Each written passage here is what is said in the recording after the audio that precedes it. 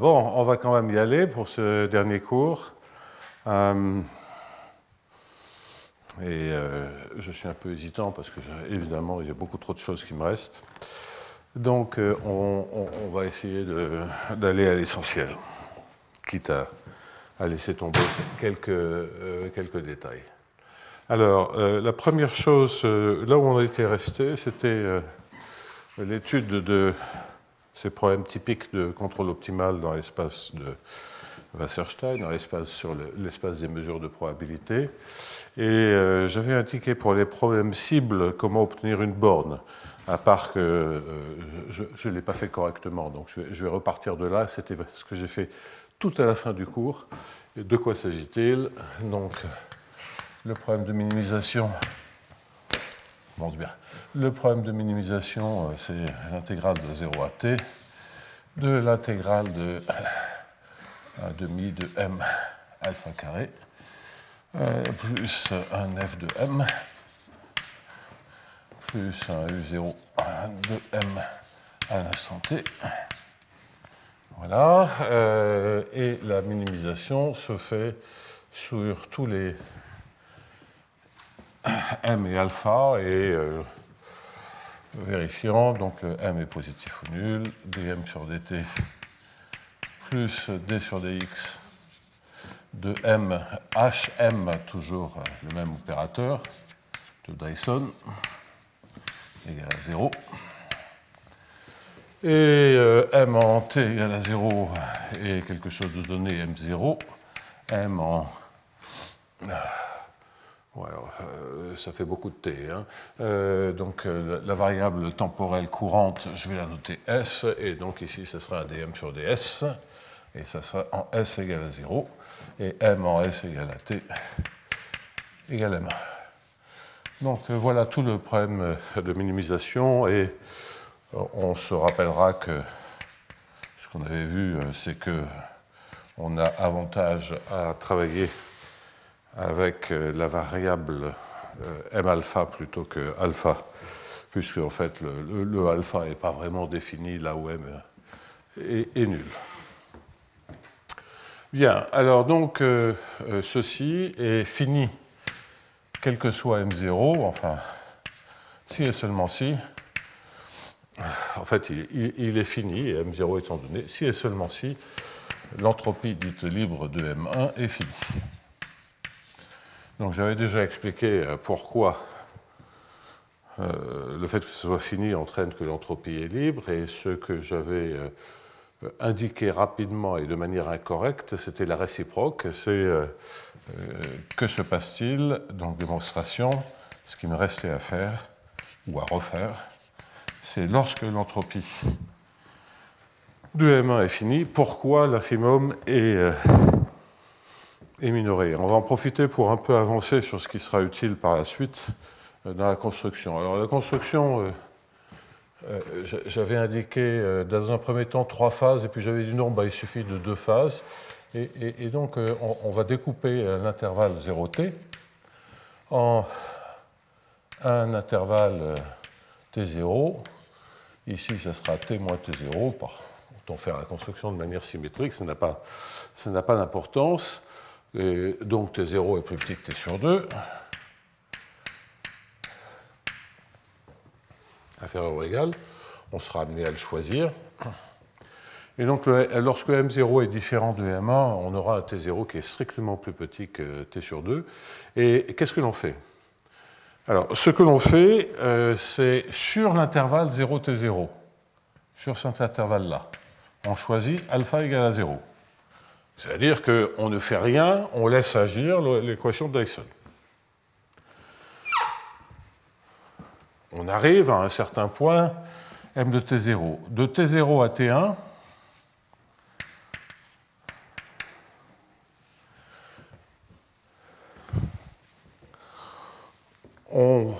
ce que l'on va faire, c'est laisser agir le transport optimal. Alors, le transport optimal, qu'est-ce que ça veut dire? Ça veut dire que... Donc, il faudra préciser entre m de t0 et m de t1.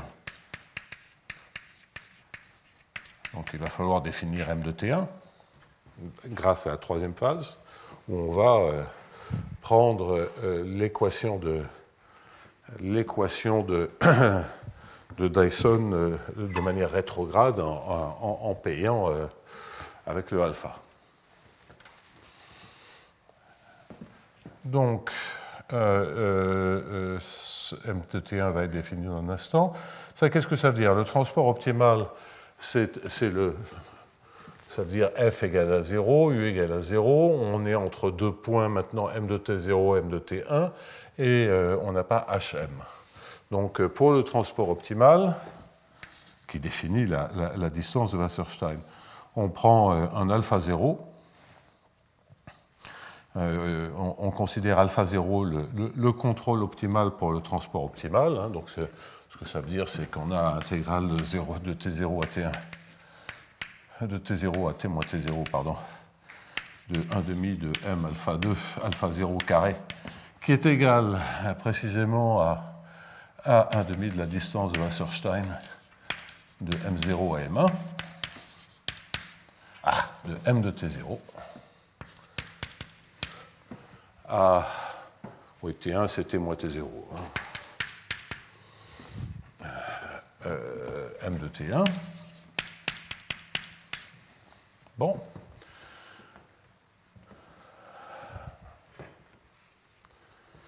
Alors, pour alpha égale à 0, le M de T0 qui est ici, on sait que, évidemment, c'est une mesure dans P2, mais on sait que le M de T0, c'est les résultats sur Dyson, il appartient à l'infini. Bon, donc on a cette régularité. On verra dans un instant que m de t1, comme ça sera, je vais maintenant le dire, comme ce que l'on va prendre ici, ça sera alpha qui est égal à moins 2m de t moins s. Et là-dedans, le m de t dont il s'agit, c'est l'équation de Dyson changée de temps. Donc là, c'est l'équation de Dyson, mais en changeant S, pardon, en T moins S. De sorte que le M de T1 aussi appartient à l'infini.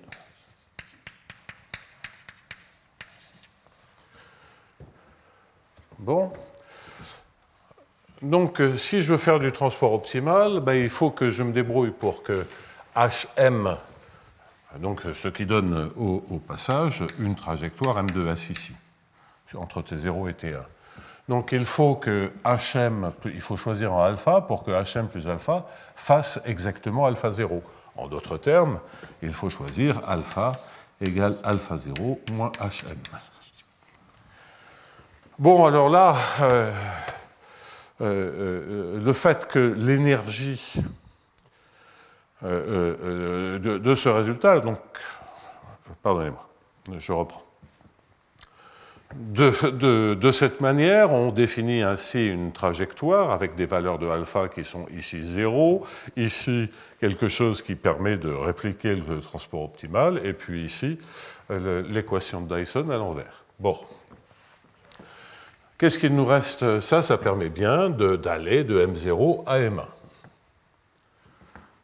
OK. Pour l'instant, on ne voit pas où sert le fait que l'entropie soit libre. Qu'est-ce qu'il faut maintenant vérifier? Donc, on a vérifié toutes les contraintes. La partie du coût qui est en F est bornée, U0 est bornée, il n'y a pas de souci. Donc, la vraie question, c'est pourquoi l'intégrale de 0 à t de l'intégrale de 1,5 de m alpha carré est finie. Alors, et même, comment on le contrôle, ce truc-là? Donc, l'intégrale de 0 à t de 1,5 de m alpha 2, étant entendu que donc on contrôle évidemment tout le reste. De 0 à t0, ça, c'est pas le plus difficile, ça vaut 0.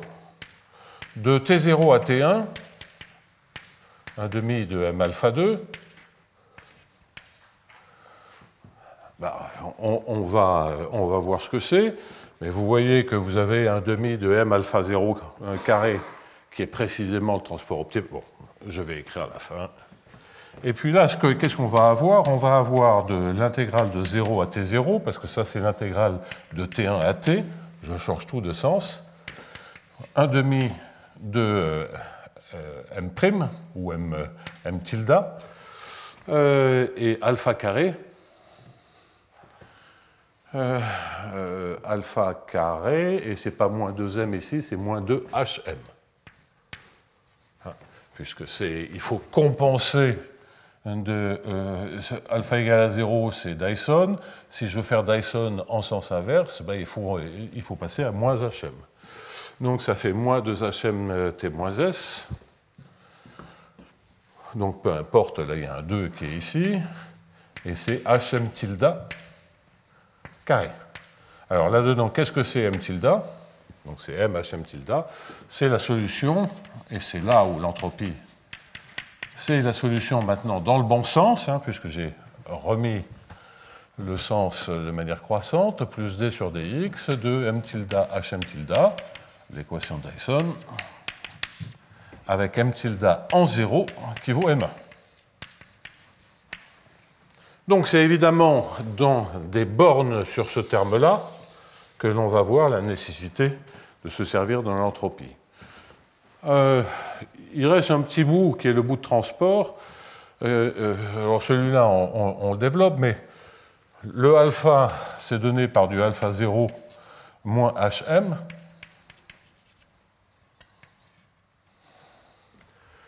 Bon,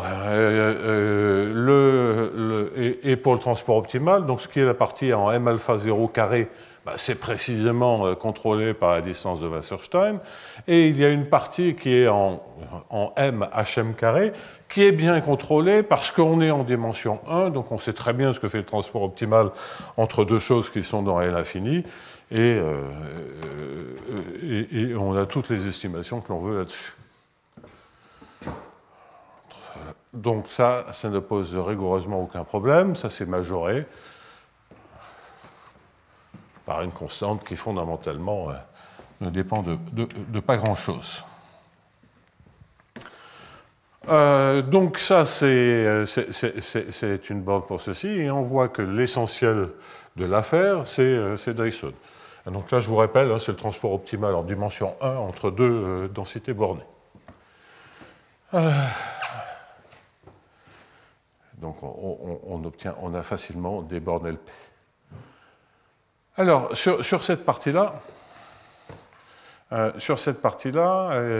c'est là qu'on se sert de l'identité que l'entropie libre, E de m tilde de, je veux dire T0, plus l'intégrale de 0 à T0 de l'intégrale de m tilde hm tilde carré est égal à l'entropie de M1. Donc ça, c'est essentiellement positif. Souvenez-vous, on a des bornes inférieures faciles grâce au deuxième moment, par exemple. Et ça, c'est exactement l'expression que je veux majorer. Et donc, vous voyez que ceci, c'est du C, le tout, plus un E de M1. Il y a peut-être un 2 qui flotte. Vous voyez, un 2 qui flotte. Voilà, donc ça me permet effectivement de vérifier que cet infimum, pour le problème de cible, est fini, si et seulement si l'entropie libre est finie. Bon. Alors, cette démonstration, elle paraît ultra spécialisée avec le miracle de l'entropie libre, etc. Donc c'est une remarque que je vais faire à ce niveau-là.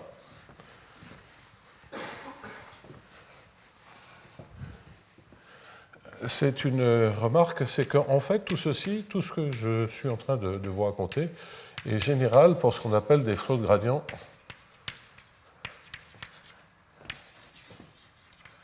dans P.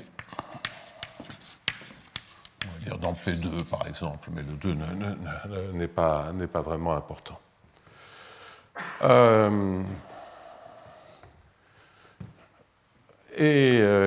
En fait, l'équation de Dyson peut être vue aussi comme le flot de gradient de l'entropie libre. Bah, qu'est-ce que ça veut dire? Ça veut simplement dire que lorsque vous prenez l'entropie libre, bah, si vous regardez sa dérivée au sens usuel, vous avez moins log x étoile m. Et vous imaginez que ceci est une direction de champ de vecteur, et donc la manière dont le gradient opère sur les mesures, c'est en prenant d sur dx. La divergence, là en dimension 1, c'est d sur dx de moins log x étoile m. Donc c'est effectivement, et évidemment ça fait hm fois m, et vous le repassez de l'autre côté, et vous avez l'équation de Dyson. Donc, bon, c'est une observation, le flot de Dyson a plein de propriétés, c'est aussi un flot de gradient. Bon.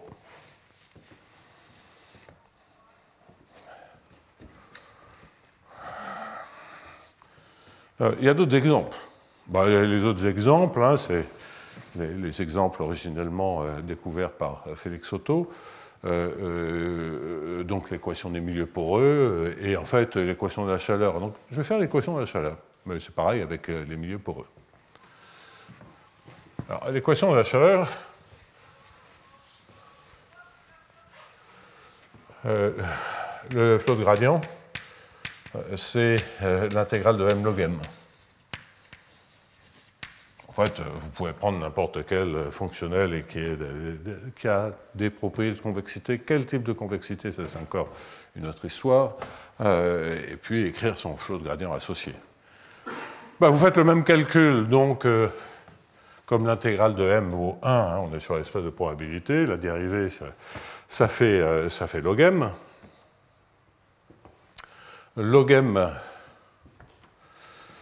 vous devez prendre le dx, donc ça fait gradient m sur m. Et j'ai écrit d sur dx, non, mais c'est d sur dx du champ de vecteur fois m, hein, bien sûr. C'est ça là. Et donc ça me fait moins hm. Et donc ça me fait bien l'équation de Dyson. Donc l'équation que vous obtenez, c'est dm sur dt égale d sur dx. Je suis juste en train de calculer un gradient, hein.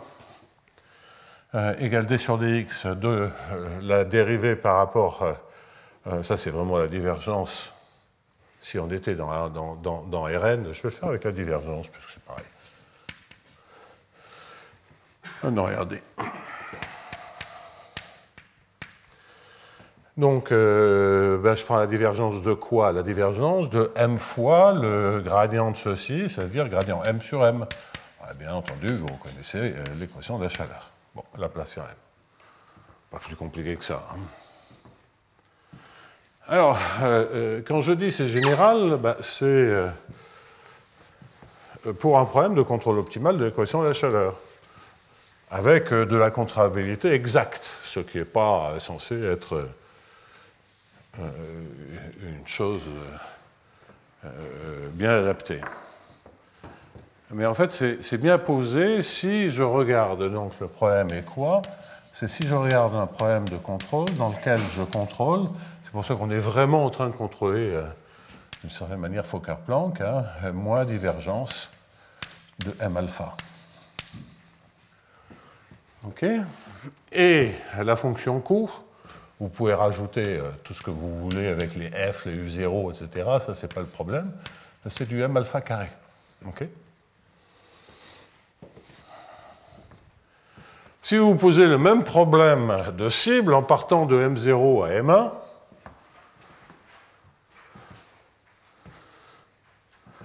vous voyez que le seul truc qui va changer, c'est qu'est-ce qui se passe au niveau de la trajectoire. Eh bien, au niveau de la trajectoire, c'est-à-dire si vous regardez d sur dt pour l'équation de la chaleur, enfin pour cette équation là, si vous regardez d sur dt de d sur ds de ms De quoi s'agit-il? C'est simplement l'intégrale de log de ms multiplié par Laplacien m plus divergence de m alpha. Bon, vous faites l'intégration par partie, l'information, enfin le terme classique de gradient m carré sur m, parfois appelé l'information de Fischer pour les statisticiens, et qui est un terme aussi totalement classique en physique, moins l'intégrale de gradient m carré sur m. C'est le premier terme. Quant à l'autre terme, vous voyez que ce que cela vous sort, c'est gradient m alpha. Et si vous mettez un racine de m et racine de m alpha, vous êtes exactement dans la même situation que ce que l'on avait, où on avait le racine de m alpha, et puis ici on avait le racine de m hm. Et là il y avait intégrale de m hm carré. Donc c'est exactement la même structure.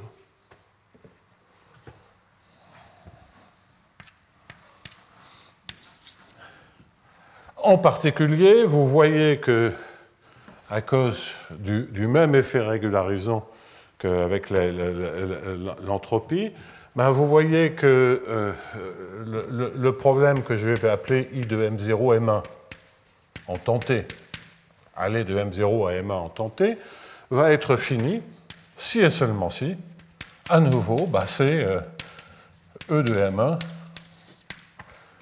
qui est fini. Le si, le seulement si est clair, puisque c'est l'effet régularisant sur l'entropie. Ça va entraîner que l'entropie classique, cette fois c'est l'entropie classique. Bon, pour les équations de milieu poreux, vous avez une autre fonctionnelle et c'est exactement la même chose. Donc ça c'est la première remarque sur les problèmes de contrôle optimal. Alors c'est un peu inhabituel parce que c'est la contrôlabilité exacte et c'est l'identification exacte des points que l'on peut atteindre.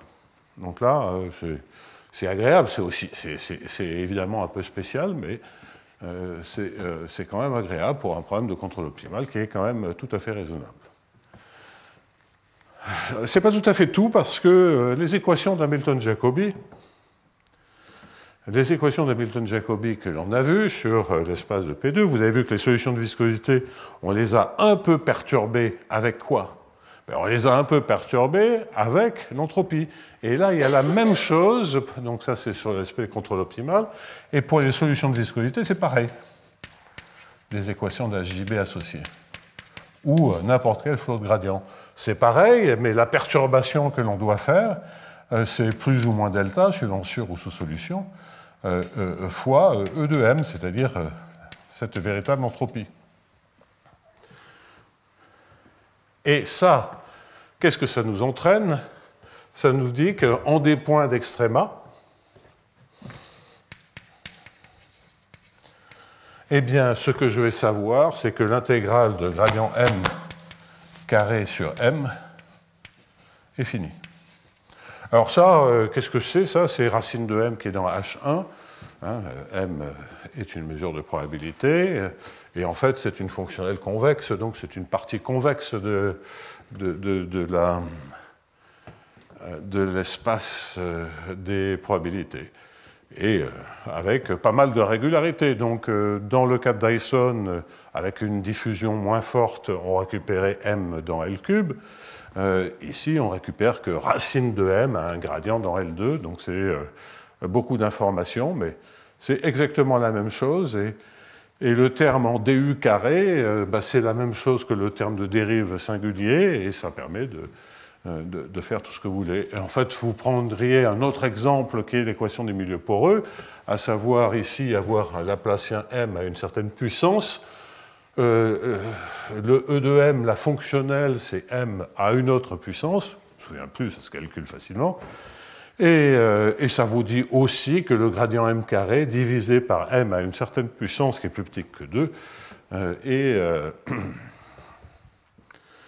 est fini et ça identifie les points que vous pouvez atteindre. Bon.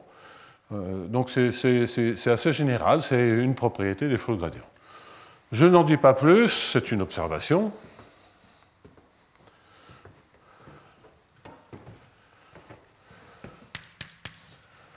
Voilà, et je reviens un tout petit peu là-dessus en disant, mais qu'est-ce qui se passe, parce que ça sera important pour la suite, qu'est-ce qui se passe si M0 est égal à M1 ? Vous voyez que lorsque vous faites Dyson dans le sens positif, Dyson dans le sens inverse, si les deux points initiaux et finaux sont les mêmes, ça veut dire que M de T0 est égal à M de T1. Eh bien, dans ce cas-là, vous avez intérêt à prendre T0 égale T1 égale T sur 2. C'est-à-dire, vous gommez complètement le transport, vous ne faites rien Dyson jusqu'à T sur 2, et de T sur 2 à T, vous faites ça.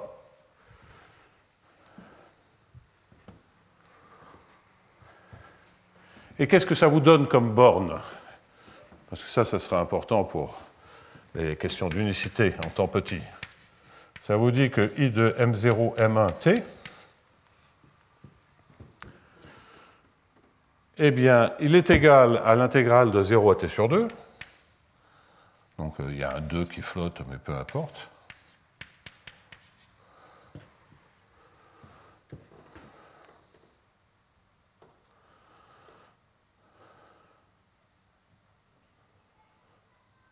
Oui. Il est égal à l'intégrale de 0 à T sur 2. Ah, je l'ai effacé, mais c'est de MHM carré. Hein. C'est ce qu'on a fait il y a un instant.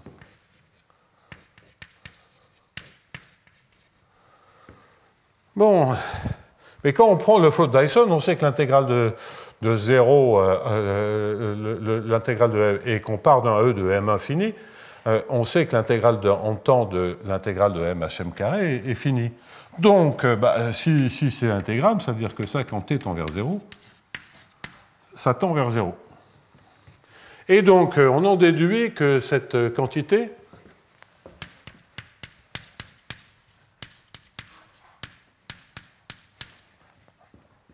lorsque je suis au même point, elle est bornée si et seulement si E de M1 est fini, et si E de M1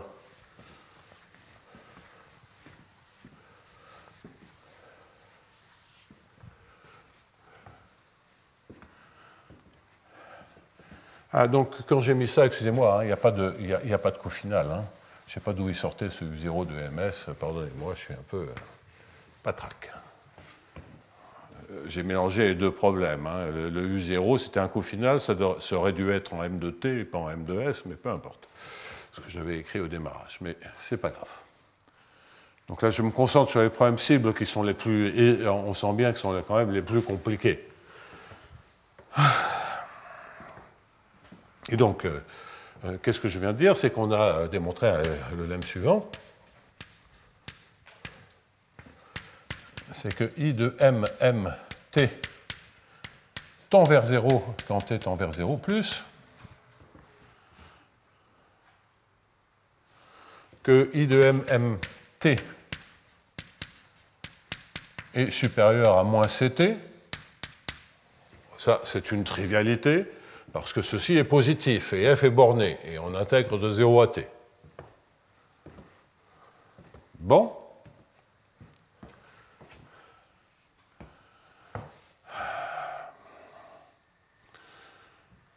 Et je vais enfin rajouter une dernière information. Alors, peut-être faut-il dire M1 ici, ça serait quand même pas plus mal. Donc M1, c'est la cible, et c'est avec l'hypothèse, bien entendu, que l'entropie du M1 est finie. Ça sera plus clair, pour pas trop changer de notation. Donc, si on part du point qui est la cible, on ne peut pas juste ne rien faire, hein, puisque ne rien faire, c'est alpha égale à 0, mais on a l'équation de Dyson, et donc on va partir de M1. Mais néanmoins, c'est comme si on ne faisait rien, parce que ça, en termes d'énergie, c'est pas grand-chose. Ça, c'est une minoration triviale. Et puis la dernière information qui donne en fait, qui complète le tableau des conditions initiales sur I de M, M1T, puisque on s'attend à ce que, en tout cas pour T positif, ce I de M0 ou de M, M1T soit, soit une solution de viscosité de l'équation de HJB pour T strictement positif. Donc pour l'identifier, il va falloir rajouter des conditions initiales. Et là, qu'est-ce que l'on peut dire? Bien, on peut dire que I de M1, M de M1T tend vers plus l'infini si M est différent de M1 quand T tend vers 0. Bon, et c'est même uniforme si la distance de M à M1 est supérieure à un ρ strictement positif, quel que soit ρ. Donc, si vous donnez un petit écart et qu'on est en dehors d'une boule de rayon ρ, à ce moment-là, I tend vers plus l'infini. Donc j'ai démontré ce lemme, sauf la dernière assertion.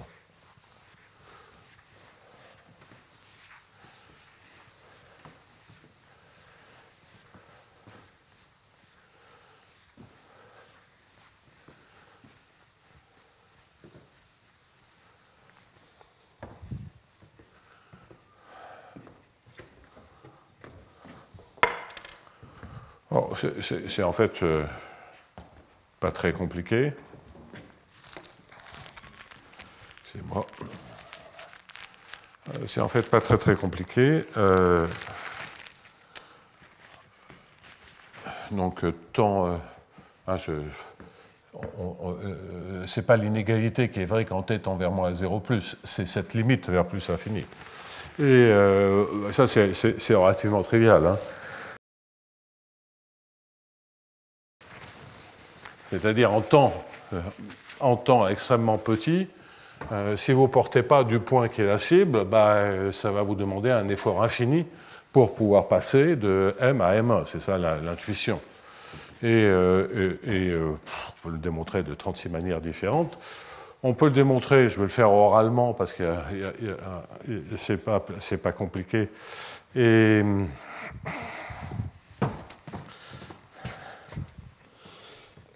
Et ça se comprend très bien. On raisonne, par exemple, par l'absurde, et on dit ça reste borné. On prend une suite d'états M, et en fait bêta, plutôt que alpha, qui donc correspondent à une énergie bornée. On peut oublier le F de M qui lui est borné et qui est intégré de 0 à t, donc de toute façon c'est une contribution négligeable. Et donc l'information, c'est évidemment sur l'intégrale de 0 à t de l'intégrale de 1 demi de M alpha carré, ou en fait 1 demi de bêta carré sur M. Bon. On a un certain nombre d'estimations. Et donc, si par exemple vous passez à la limite faible, comme je l'ai déjà expliqué, l'équation d'état se prolonge, mais vous devez être en t égale à 0, à la fois en M0 et en M1, et ça c'est pas possible s'ils sont différents. Bon. On peut avoir une minoration, on en verra plus tard, on peut avoir une minoration de ce bazar-là par la distance de Wasserstein. Par la distance de Wasserstein entre M0 et M1 carré. Je ne sais pas, j'en reparlerai peut-être tout à l'heure. Si je tiens jusque-là. Où en étais-je? Ah oui, je voulais également faire une remarque, ce n'est pas une correction. C'est que dans ces problèmes de contrôle optimal, il y a l'aspect que choisir. Je laisse la formulation en alpha, mais la bonne formulation pour avoir une fonctionnelle qui est tout à fait automatiquement SCI, c'est avec bêta, et donc ici bêta carré sur 2m. C'est un peu plus compliqué, hein, parce qu'il faut dire que bêta est majoré par une fonction dans L2 racine de m. Ça fait un espace convexe, mais c'est un peu plus déplaisant à écrire, ça c'est plus transparent. Donc ça j'en avais déjà parlé, je ne reviens pas dessus. Mais il y a une autre difficulté, c'est que si on se donne alpha, eh bien je ne peux pas dire que cette équation soit bien posée. Je ne sais pas s'il existe une unique solution de cette équation pour un contrôle optimal. Bon. En revanche, donc, ce que l'on a vu, c'est que lorsqu'on prend une trajectoire comme ceci, on a vu que m était dans L3 en temps et en espace et en temps strictement positif. Hein. Ce n'est vrai jusqu'en 0 que si m0, la condition initiale, est d'entropie finie. Bon, on a ceci. On sait que bêta, donc bêta carré sur m, bêta c'est m alpha, est intégrable. Ça veut dire que bêta est égal à quelque chose que je vais appeler gamma, qui est dans L2 x t positif. J'oublie le t égale à 0. Et fois racine de m, qui lui appartient, d'après ce que je viens de dire, à L6 en x était strictement positif. Donc ça veut dire que le bêta, il est dans L3,5. 1 demi plus 1 sixième égale 2 tiers. Donc, et dans L3,5 de x t strictement positif. Et ça vérifie dm sur dt plus d sur dx de mhm est égal, et je vais le mettre de l'autre côté, je vais mettre moins dx de bêta. Bon, bêta est dans L3,5, peu importe.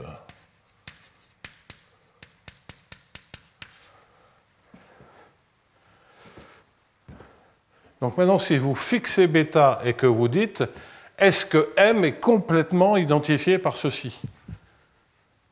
Donc en d'autres termes, est-ce que l'état du système est défini de manière unique? Et la réponse est oui. C'est-à-dire que cette équation-là, avec un tel bêta, bien, il se trouve qu'elle admet une unique solution. Et en fait, c'est toujours pareil. C'est le fait que la distance de Wasserstein, que ceci est monotone pour la distance de Wasserstein. Donc en fait, ce que ça vous dit, c'est que si vous avez deux solutions avec le même bêta, eh bien vous avez que la distance de Wasserstein au carré de m1 de t et de m2 de t est négative ou nulle pour le même bêta. Bêta, c'est vraiment le contrôle, ok. Si l'énergie est finie, j'ai ces informations-là, et elles suffisent largement, on a vu des choses comme ceci, elles suffisent largement, hein, ne serait-ce qu'avec l'interprétation en hilbertienne, eh bien, ceci permet de vérifier que l'on a cette décroissance. Maintenant, M1 et M2 tendent, quand t tend vers 0, ils tendent vers la même condition initiale M0. Donc, ça veut bien dire que la distance au carré est nulle. Donc ça, c'est quelque chose qui est établi pour les t strictement positifs. Bon, par exemple, sans distribution. Donc c'est une fonction décroissante, et je la fais tendre vers 0, et je trouve 0, donc elle est nulle. Donc il y a bien l'unicité. Donc ça, c'était pour préciser un tout petit peu.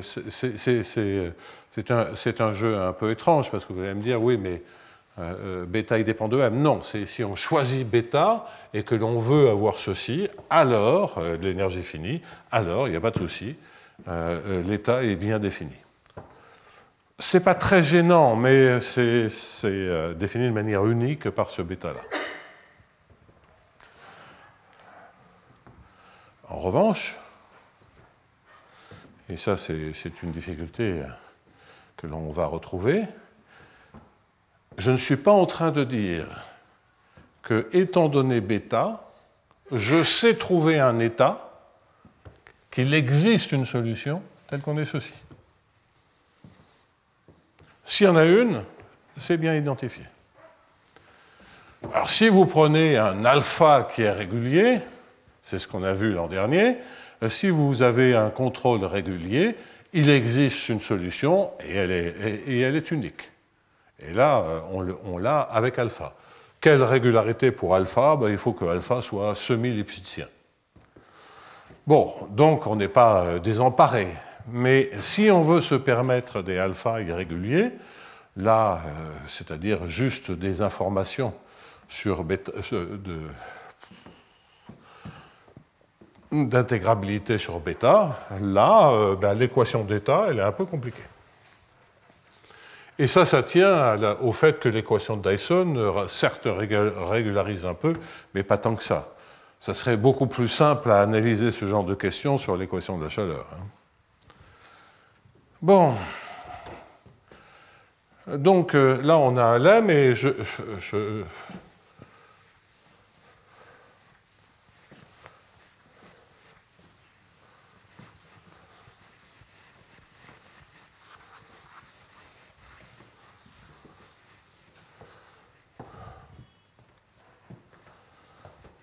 donc, ce que l'on a vu, c'est que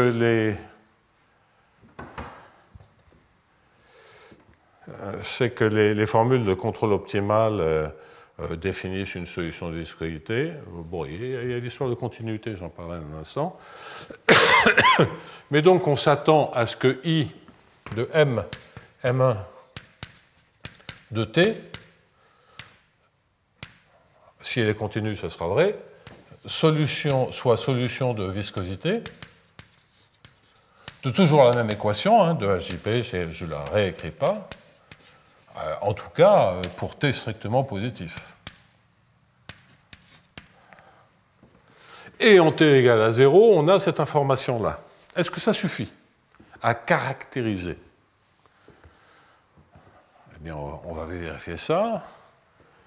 Vérifions. Bon, si vous voulez, ça c'est un théorème. Vérifions les conditions du lemme. Bon, enfin, vérifions les limites.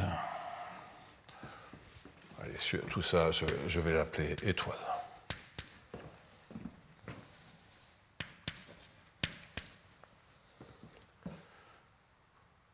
Et ce que je vais rajouter, non seulement ces solutions de viscosité vérifiant étoile, mais c'est l'unique solution de viscosité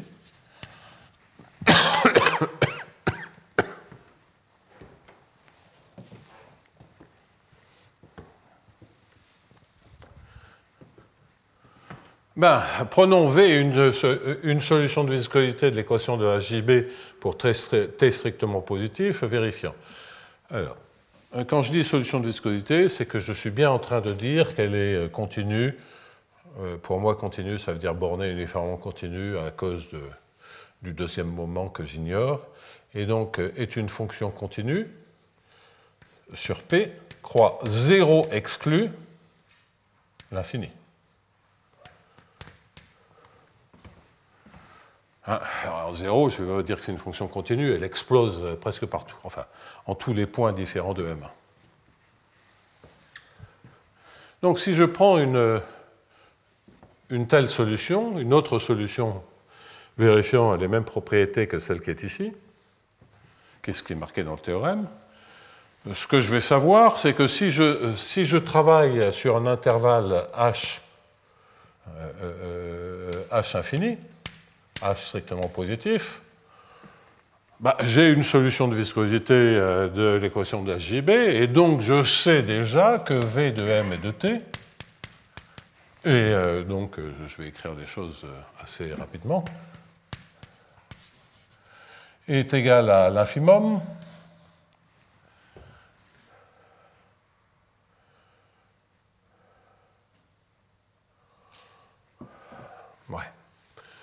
est égal à l'infimum de l'intégrale de 0 à t moins h.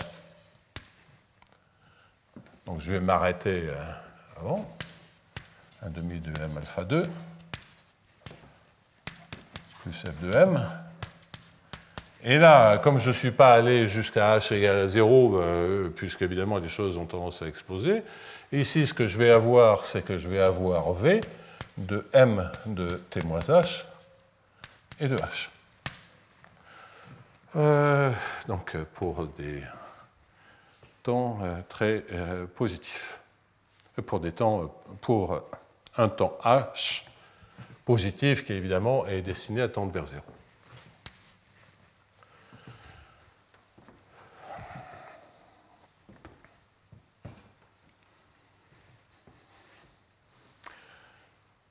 Bien.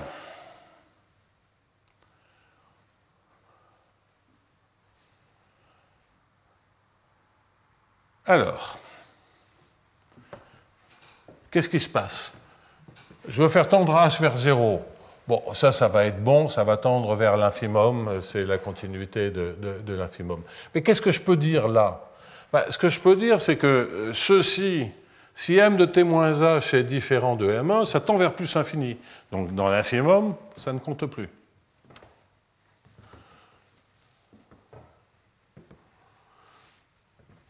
Donc ceci, quand h tend vers 0, plus exactement la liminf de v de m de t quand h tend vers 0,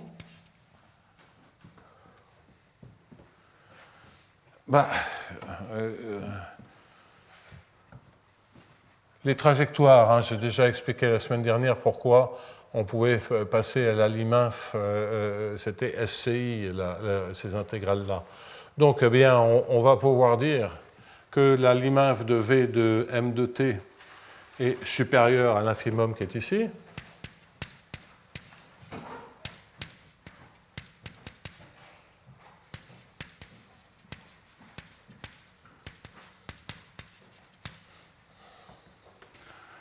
Moins CH, ça je me sers de la deuxième information, ok, tout en sachant que M de T moins H tend vers M1, quand H tend vers 0. Alors attention, le M qui est ici, c'est un M qui dépend de H. Hein. Donc il faut faire un tout petit peu attention à ce que ça veut dire. Donc quand vous faites le passage à la limite, en faisant tendre H vers 0, vous trouvez une trajectoire. J'avais déjà expliqué qu'on est dans des compacts de la semaine dernière de P et de C de P pour les trajectoires. Eh bien, vous n'avez ici que des trajectoires qui sont telles que M de T soit égal à M1. Donc, vous avez cet infimum-là, étant entendu qu'on doit se servir de ceci.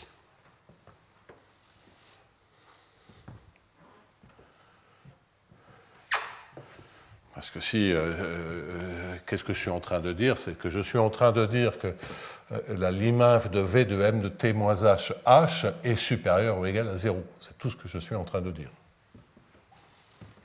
Ce qui est pratiquement ce qui est une évidence, et que M de T est égal à M1. Donc ça nous donne la moitié de l'unicité, ça nous dit... Qu'est-ce que je suis en train de raconter là? Il n'y a pas de liminf, V de M de T est fixé. Donc je passe à la limite là-dessus. Donc ça va me faire, par liminf, ça me fait ceci. Et il n'y avait pas de liminf à gauche. Et ça, c'est simplement dire que M de T moins H converge vers M1. Voilà, donc ça montre pourquoi V de M de T, en se servant du problème de contrôle optimal, est supérieur à I de M1T.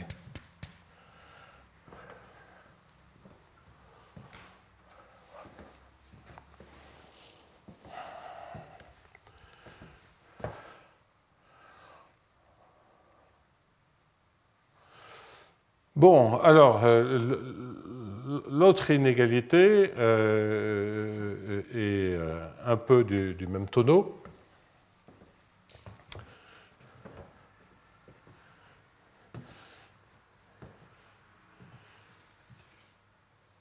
Et consiste simplement à dire que ceci est inférieur ou égal à I de M et de M1 et de T moins H.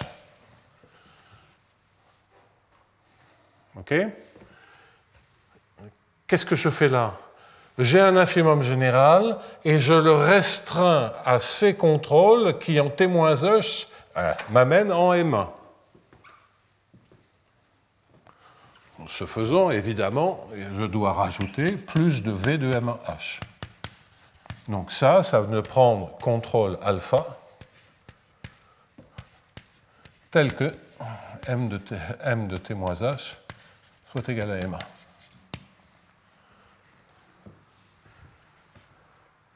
OK? La continuité me dit que ceci, ça c'est M, et ça c'est un 1, et ça c'est une virgule. Que ceci, plus V de M1 et H.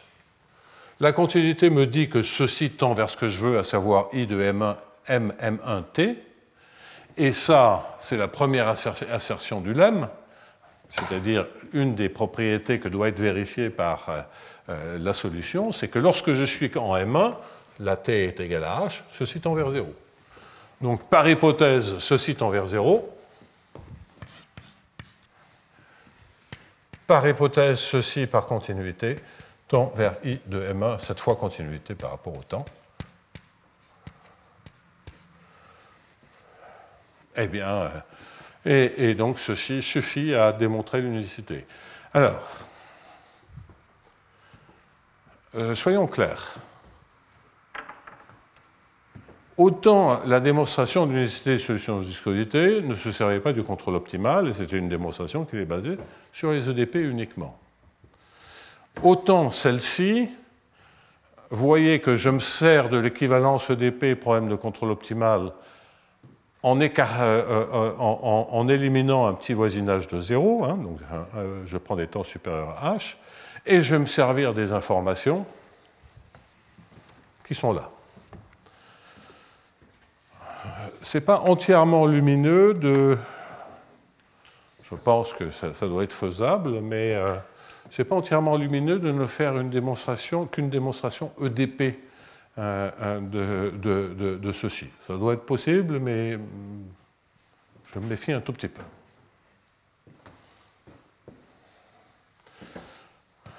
Il y a une éternité, dans les débuts des solutions de viscosité, on avait regardé avec Mike Handel, avec Takis, etc., toutes ces solutions explosives, et à chaque fois, il fallait quand même qu'on bosse un peu pour démontrer l'unicité de ces solutions explosives. Donc, je n'ai pas réessayé là. La démonstration, comme notre motivation essentielle, c'est des problèmes de contrôle optimal. La démonstration qui est là me suffit largement. OK. Vous voyez que j'ai mis sous le tapis, pour l'instant, je vais y venir, j'ai mis sur le tapis la question de la continuité de la fonction valeur. Parce que où est-ce qu'on en est? On a analysé ces fonctions valeurs, on sait quelles sont solutions, on sait qu'elles, pour les problèmes de cible, que elles sont bien définies, comment elles sont définies grâce à l'entropie, des propriétés qui les caractérisent en petit temps, et donc et que c'est les solutions de l'équation, pourvu que ce soit continu. Pourvu que ce soit continu, c'est à quoi ça sert la continuité là-dedans de cet infimum? C'est pour être sûr que c'est une solution de viscosité de l'équation de HJB. Et ainsi, l'unique solution. Bon, alors, en général, dans les problèmes de contrôle optimal classiques, vérifier la continuité de l'infimum est quelque chose qui se fait très simplement.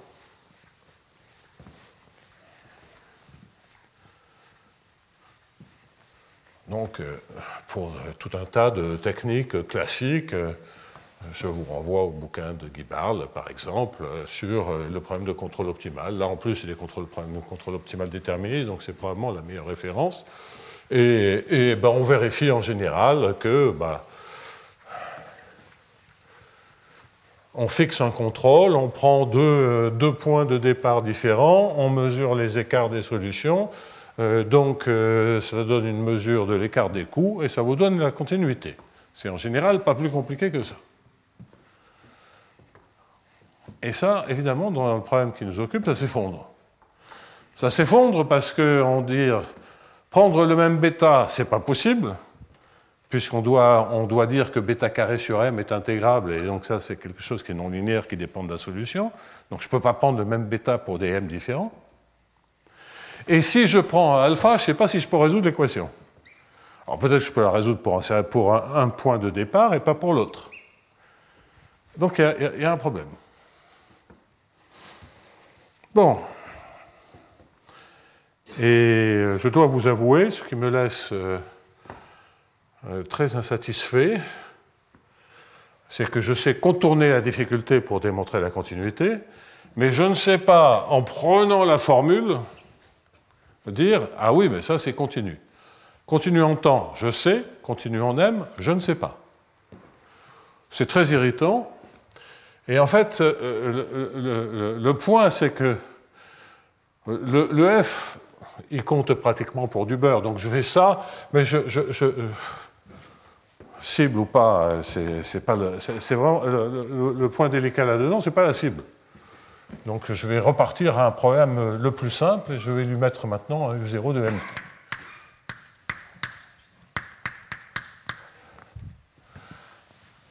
Qu'est-ce que je sais? Je sais que les M sont dans un ensemble compact. Je sais que la fonctionnelle est SCI. Donc, si j'appelle ça V de M et de T, je sais tout de suite que V est SCI. Ça, de quelque part, on l'a vu la semaine dernière. C'est parce que je peux passer à la limite faible dans la fonctionnelle. Mais la continuité, je ne sais pas. Donc ça, c'est OK. C'est le caractère SCI de la fonctionnelle. Déjà indiqué la semaine dernière. Alors, c'est assez frustrant parce que le F, il y a de la compacité, on peut passer à la limite dans tout ce qu'on veut, c'est continu. Le F et le U0, on sent bien que ce n'est pas le problème. Et que le problème, s'il y a problème, mais peut-être qu'il n'y en a pas et que je m'y prends comme un manche, c'est ce terme-là. Or, ce terme-là, c'est exactement celui qu'on a dans le transport. Et dans le cas du transport, l'infimum, c'est lié à la distance de Wasserstein qui est trivialement continue. Oui, mais l'équation d'état est différente. Il y a le H qui est là. Et qui complique salement. Bon. Alors, il y a beaucoup de manières de tourner autour de ça. Alors, la continuité en temps, elle se passe bien. La continuité en temps se passe bien et on peut s'en convaincre en observant que pour un temps petit, maintenant j'ai un U0 qui est régulier, V de M de T, on a déjà expliqué les questions de compacité, etc. Bien, c'est égal à un U0 de M plus un oméga de T. Le F, il est borné, j'intègre de 0 à T, donc ça, c'est quelque chose qui est de l'ordre de T. Plus un infimum de l'intégrale de 0 à T, de l'intégrale de 1,5 de M alpha carré. Je ne garde que cette partie-là, avec les mêmes contraintes. Cet infimum, ça vaut 0. Je prends alpha égale à 0. Donc, en temps petit, la manière dont la solution se construit, hein, c'est fondamentalement de dire je résous Dyson pur, hein, c'est ce qu'on avait fait d'ailleurs tout à l'heure hein, pour le problème de cible, au premier ordre en temps, et je résous Dyson pur. Le f de m, c'est t fois f de m, et le u0 de mt, eh bien c'est u0 du m Dyson de t. Donc ça, c'est un équivalent en temps petit de la solution. Ça, on le lit sur la formule. Mais ce que ça a dit en particulier, c'est que v de t moins v en 0, je vais écrire comme ceci, en norme du sup, bah, c'est majoré par oméga de t. Puisque v à l'instant 0, c'est u0. Je ne sais pas pourquoi je l'ai appelé v et pas u, mais ça n'a évidemment aucune espèce d'importance. Voilà, donc la formule permet, et ça c'est plutôt des choses, c'est de manipuler les formules pour lire la continuité des fonctions valeurs, c'est ce que l'on fait d'habitude en contrôle optimal. Et là on est gêné par le 1,5 de m alpha 2. La continuité en temps, en revanche, ça se passe bien. Bon, là, on a la continuité en t égale à 0. Et puis après, on a la propriété, de semi-groupe, propriété de la progression dynamique. C'est que V, et je vais mettre H ici, ça entraîne que V de t plus H moins V de t, en norme n infinie, est inférieur à oméga de h, c'est-à-dire la continuité en temps. Et ça, c'est juste la programmation dynamique. Hein. C'est que le problème de t à t plus h, c'est juste le problème de 0 à h translaté.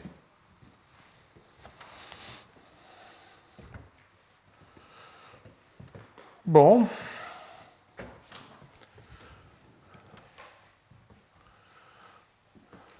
Une autre manière de dire les choses, c'est que, au moins formellement, c'est que vous avez, si vous pensez à l'équation de HJB, vous avez une équation qui est homogène en temps, donc c'est le genre et qui a le principe de comparaison. Donc vous avez automatiquement ce genre d'implication. Donc la continuité en temps, je le fais très rapidement, mais là, ne pose pas de problème.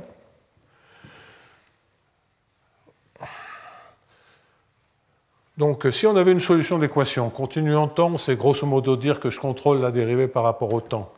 Donc ça veut dire que dans l'équation d'Hamilton-Jacobi-Bellman, je contrôle la somme des deux termes, hein, le gradient U, le dmu au carré et la dérivée dans... Bon, alors ça suffit à entraîner de la continuité, mais ça c'est au niveau de l'équation. Donc la continuité en temps devrait aider à trouver la continuité en M. Je ne suis pas arrivé à faire quelque chose de propre comme ceci. Une autre chose qui me trouble, c'est que je ne sais pas comment traduire l'idée fondamentale, une idée importante pour l'unicité, c'était de dire que avec le doublement de variables, il suffisait pour les fonctions test, bon, il y avait la justification de la monotonie de l'opérateur Dyson se faisait en passant par, en rajoutant, avoir un peu de régularité qui venait de l'ajout de l'entropie. Ici, la régularité, elle est d'une certaine manière cachée dans l'opérateur de Dyson. On sait que les trajectoires sont, en temps positif sont dans L cube. Donc, normalement, là, ce n'est pas le souci. Mais on s'attend à ce que, si je prends ce V de M de T, ben, on s'attend fondamentalement à ce que le sup de V de M de T moins V de M' de T, puisque c'est la solution, et effectivement, ça l'est, moins W2 carré de MM', on va mettre sur 2 epsilon, ce sup en MM', il est décroissant en temps.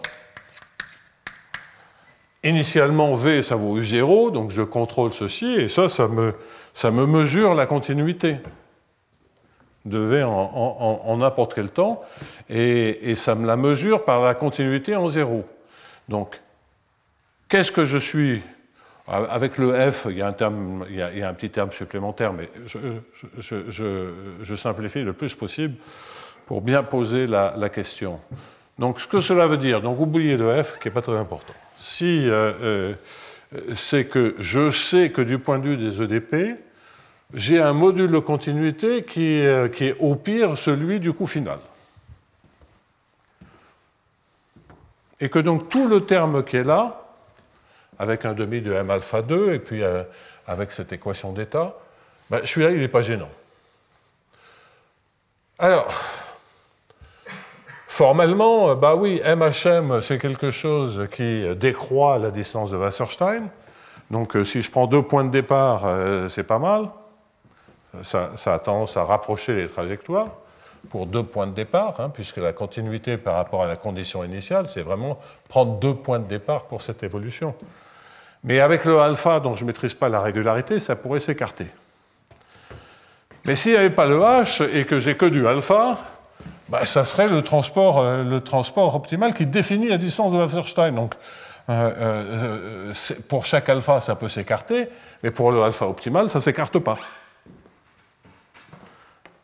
Bon, donc les deux effets vont dans le même sens, mais pour des raisons un peu différentes. Là, c'est vraiment au niveau de l'équation d'état, tandis que pour le transport optimal, c'est un truc un peu plus global.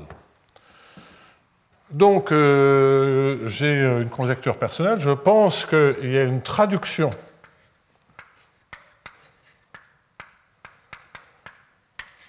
en se servant justement du transport optimal.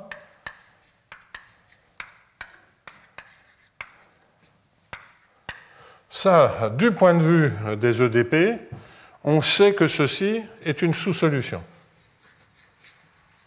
Donc, si c'est une solution de viscosité, c'est relié à la chose précédente. Donc, je ne fais pas vraiment un doublement de variable, mais je force la distance de Wasserstein là-dedans. Ça, c'est l'infimum, donc c'est d'une certaine manière un subinf. Et en le point de maximum, je suis convaincu, c'est pour globaliser l'information sur les alphas, je prends les paris qu'on doit pouvoir vérifier sur le problème de contrôle optimal, et que ça doit être assez général, que c'est une sous-solution. Sous-solution, non pas au sens de l'équation, mais une sous-solution au sens de la programmation dynamique. C'est-à-dire, typiquement, de dire que c'est inférieur à l'infimum. Mais en fait, même, c'est plus fort que ça. Programmation dynamique, c'est de dire, si je m'arrête à un instant S et que je paye V de M de T-S comme coût final, j'ai une identité. Eh bien, sous-solution pour la programmation dynamique, c'est inférieur ou égal. Donc, c'est une forme intégrale de l'équation. Bon, je ne le présente pas plus parce que je ne sais pas comment m'y prendre. Mais ça évidemment, ça suffirait parce que ce que ça voudrait dire, ça voudrait dire que ceci, si c'est une sous-solution, c'est inférieur à V de M de T, et ça vous donne le module de continuité. Bon, alors comment faire pour la continuité? Eh bien, la démonstration est épouvantable, et ça me frustre parce que ce n'est pas normal. Alors, SCI, on l'a vérifié, ça se vérifie facilement, parce qu'en passant à l'intégrale de bêta carré sur 2m, on a quelque chose qui est faiblement SCI. Bon. Mais si c'est SCI, ça veut dire que c'est automatiquement, ça c'est la programmation dynamique, c'est une sursolution de viscosité. On sait que si c'est continu, c'est une solution de viscosité, on sait que si c'est SCI, c'est une sursolution, et si c'est SCS, c'est une sous-solution. C'est simplement que si vous n'avez que la moitié de la continuité, vous récupérez la moitié de l'information finale. Ce qui est pas mal parce qu'on a le principe de comparaison, donc ça veut dire que V est au-dessus de la solution de viscosité.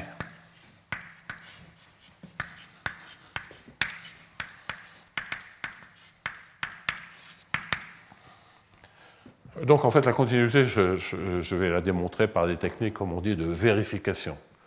Mais ça ne me plaît pas. Donc, je vous le dis, mais ça ne me plaît pas.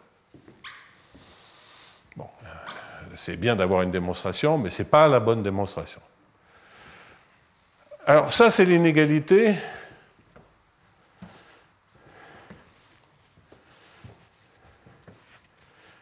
qui est quelque part la plus difficile à démontrer.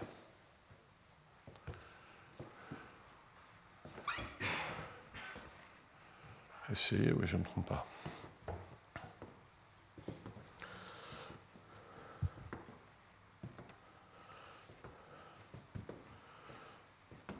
Alors, une manière de s'en tirer, donc, comment conclure? C'est par régularisation.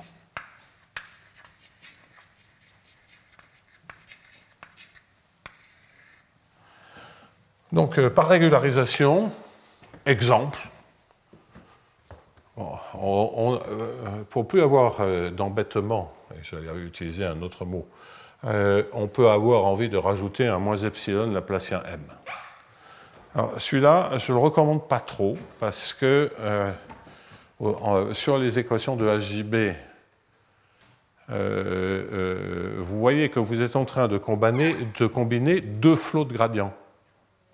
Un qui est celui à HM, et puis l'autre qui est sur le laplacien. Donc attention, mais bon, on peut s'en tirer. Hein, c'est une opération possible, mais c'est assez déplaisant. Parce qu'en dimension finie, une somme de flots de gradient, c'est un flot de gradient. Parce qu'une somme de gradient, c'est un gradient. Ici, non. Donc ça, c'est un peu déplaisant. Donc il faut faire très attention, c'est-à-dire qu'il faut prendre... La manière de faire la somme, c'est de prendre le flot de gradient associé à la somme des fonctionnels. Voilà l'addition que vous devez faire. Mais vous voyez qu'avec les m qui flottent et toutes les opérations, ben, ce n'est pas aussi simple que dessiner. Bon. Donc ça, c'est une forme de régularisation. Une autre forme de régularisation, c'est de régulariser H, auquel cas, là, on a une équation standard et très proche du transport optimal, et on s'en tire. Donc, par régularisation, on a des V epsilon qui sont égaux à des U epsilon, parce que là, on a la continuité, on a tout ce que l'on veut. Les solutions de viscosité, il n'y a pas de problème, le U epsilon, il converge vers U. Ça, c'est la stabilité des solutions de viscosité. Et puis, vous avez une approximation, et le passage à la limite, qu'est-ce qu'il vous dit? Ben, il y a toujours la même difficulté, hein, c'est que je n'ai pas de passage à la limite dans l'infimum, mais j'ai une liminf. Hein, la liminf de V epsilon, donc si je prends le contrôle optimal pour le problème approché, la liminf de cette intégrale, c'est supérieur à l'intégrale de la limite, et l'intégrale de la limite, c'est supérieur à V. Donc je sais automatiquement, c'est le caractère SCI, entre guillemets, hein, mais je m'en sers autrement, je m'en sers sur les approximations. C'est que la liminf des V epsilon est supérieure à V. Et là, vous récupérez l'autre inégalité, à savoir U supérieur ou égal à V, alors que V est supérieur ou égal à U parce que c'est SCI. Bon, donc là, je vous explique la stratégie de démonstration. Hein, il n'y a pas... Après, il n'y a plus le cas, mais il y a des tableaux et des tableaux de détails, et je crois que c'est plus clair de le laisser comme ça. Bon, ça, c'est assez catastrophique hein, comme démonstration. Hein, je la déteste, cette démonstration. Parce que on mélange les solutions de viscosité, bon. Ça permet d'être sûr que c'est vrai, mais c'est quand même très irritant de ne pas être capable de démontrer que c'est un truc qui est continu en M directement sur la formule. Bon, bah, pour l'instant, la question n'est pas résolue, mais je pense que quelque chose comme ceci marchera.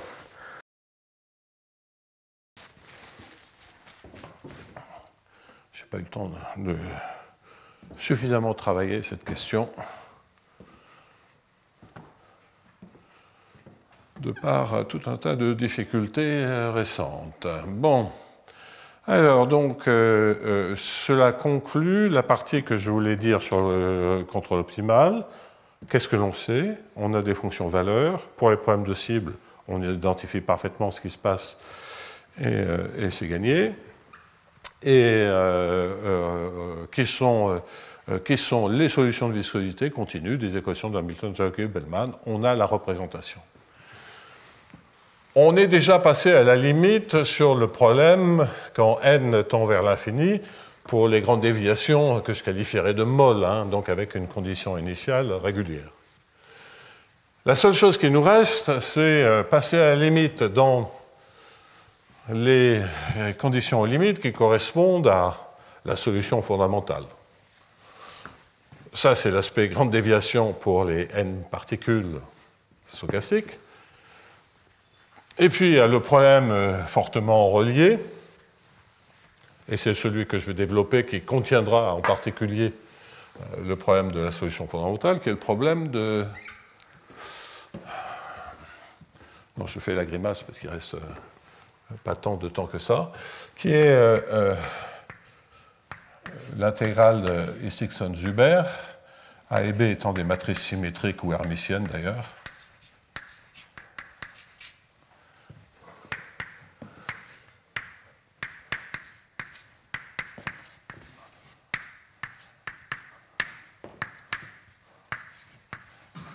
J'intègre par rapport à toutes les matrices orthogonales. Ouais, les physiciens préfèrent les matrices hermitiennes aux matrices symétriques. Bon, ça ne change rien, c'est simplement un peu plus de notation. Et donc, le groupe qui opère sur les matrices hermitiennes, c'est le groupe unitaire, évidemment. Et pour les matrices symétriques, c'est les matrices orthogonales.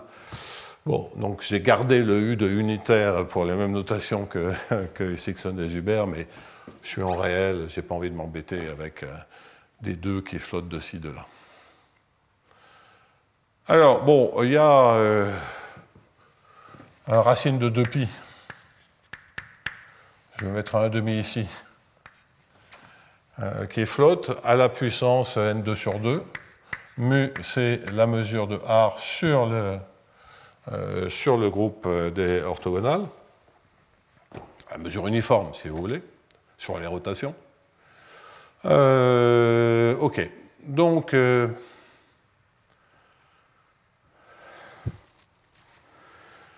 le lemme, et ça c'est quelque chose qui était déjà démontré par Alice et Hofer, donc je suis épuisé.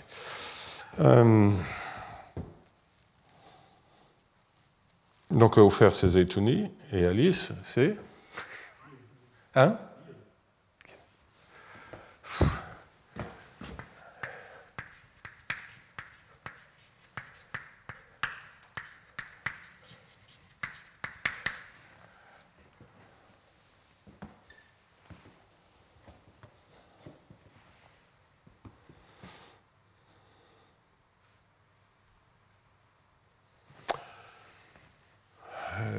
Dit quelque chose comme 1 moins 1 sur n2.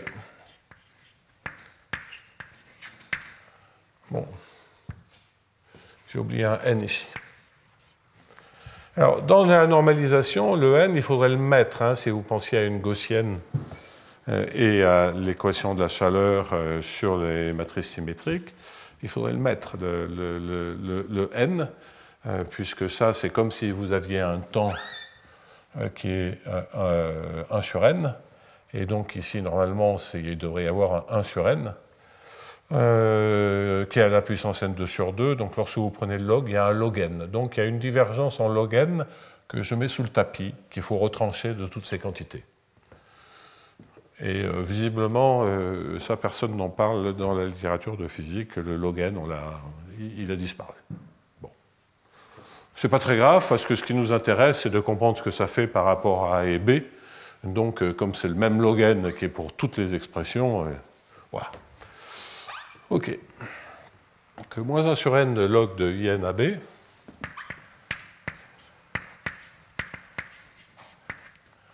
C'est évidemment quelque chose qui ne dépend que de x et de y, où x1 plus petit que xn, ce sont les valeurs propres de A, et y1 plus petit que yn sont les valeurs propres de B.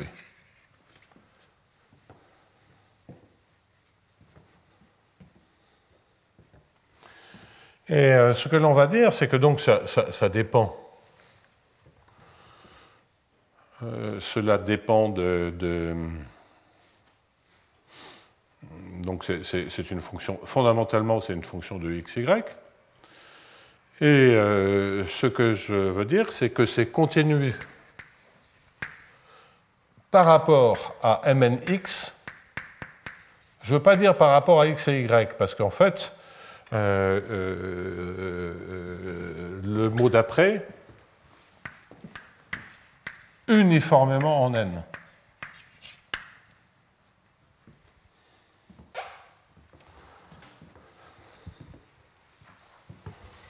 Donc ça, c'est ça le point d'après. Et l'uniformité par rapport à n, donc si je disais continue par rapport à x et y, il faudrait que je précise, si c'est uniforme par rapport à n, quelle norme je mets sur Rn. Évidemment, vous pouvez dire continue par rapport à x, y, uniformément en n, à condition de dire que la distance, c'est 1 sur n, la somme des xi moins yi au carré. C'est ça la distance utilisée. C'est la distance qui est évidemment compatible avec le passage à la limite quand n tend vers l'infini. Bon. Alors la démonstration d'Alice Guillonnet et de Ofer Zeitouni est élémentaire, entre guillemets. À part qu'il y a des pages, il y a plusieurs pages de calcul, de construction extrêmement sophistiquées. En fait, ça, c'est quelque chose de très simple. Et qui va se révéler totalement crucial pour l'analyse qui suit. Donc, je me débarrasse de ce lemme, et après, on continue. Alors, la manière dont ça se passe, il n'y a pas grand-chose à dire. Vous voyez que dans in de AB, et le racine de 2pi, la puissance n sur 2, je m'en moque, ça ne dépend pas de A et B, comme je prends le log et que je veux de la continuité, toutes les constantes, on s'en fout, qui ne dépendent pas de A et B. Vous voyez que le e puissance, là-dedans, vous avez e puissance moins n trace de A2 sur 2, et e puissance moins n trace de B2 sur 2, parce que la trace de UBU transposée au carré, c'est la trace de B2. U transposé U, elles sont égales à l'identité. Bon, et ça, qu'est-ce que ça fait? Lorsque je prends le log, ça fait moins n, je divise par je prends moins, je divise par 1 sur n2, et donc ceci, quand je prends le log, ça me fait 1 sur n, somme de xi carré, plus yi carré. Bon, donc ça, c'est évidemment continu par rapport à la topologie dont je parlais. Bien. Oui, alors, c'est pas... excusez-moi, mais c'est ça la norme que je prends. C'est pas x moins y, c'est que je pensais à la distance entre x et y. Là, c'est la continuité par rapport à x et y. Donc, ce serait en x moins x' ou y moins y'. Donc, ça, c'est bien continu par rapport à x, y. Pour cette norme-là. C'est la définition de la norme. Bien. Alors, donc, cette partie-là sort de l'intégrale, et donc, en fait, l'intégrale de Sixon-Zuber, ça, c'est déjà une modification faite par Matitsine. C'est e puissance n trace de A U, B, U transposé.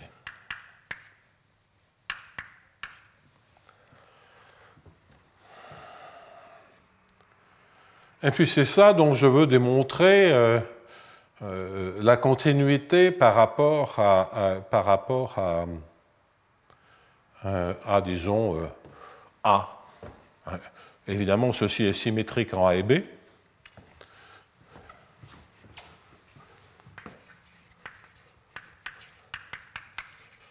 Et donc, je vais démontrer cette propriété de continuité par rapport à A. Bon, ben donc, je vais écrire que IN de A'B est égal à IN. Alors, ça,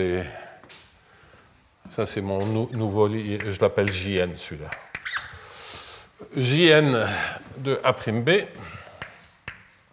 est égal à JN de AB.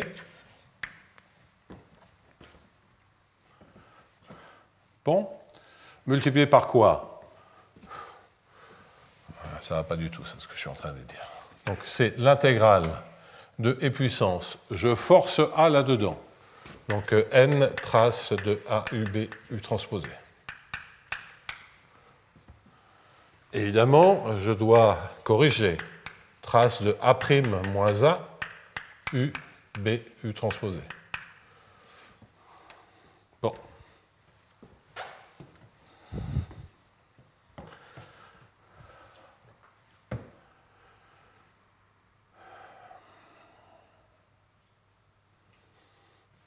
Bien.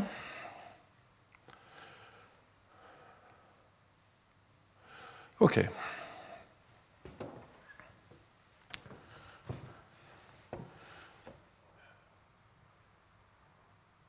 Et ça, si j'en ai envie, il faut juste que je vérifie que je trace de B2.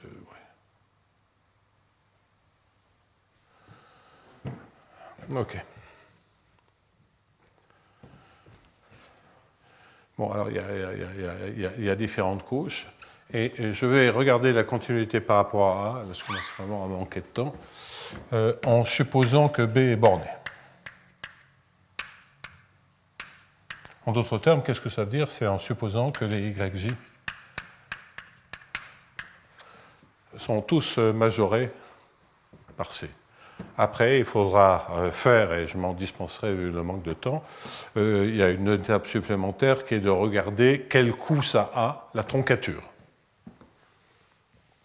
Donc ça suffit. En fait, si j'ai un premier moment de fini, c'est là où il va falloir se servir des deuxièmes moments. Comme je n'ai pas parlé de moments, je simplifie et j'élimine toutes les questions à l'infini comme ceci, en tout cas au niveau de Y.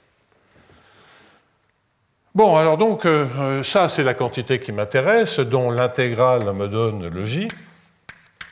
Et donc, il me faut essayer de majorer ceci de manière intelligente.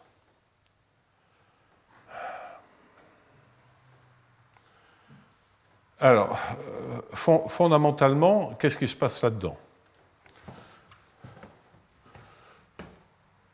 Vous avez quelque chose qui peut être majoré par la trace de A' moins A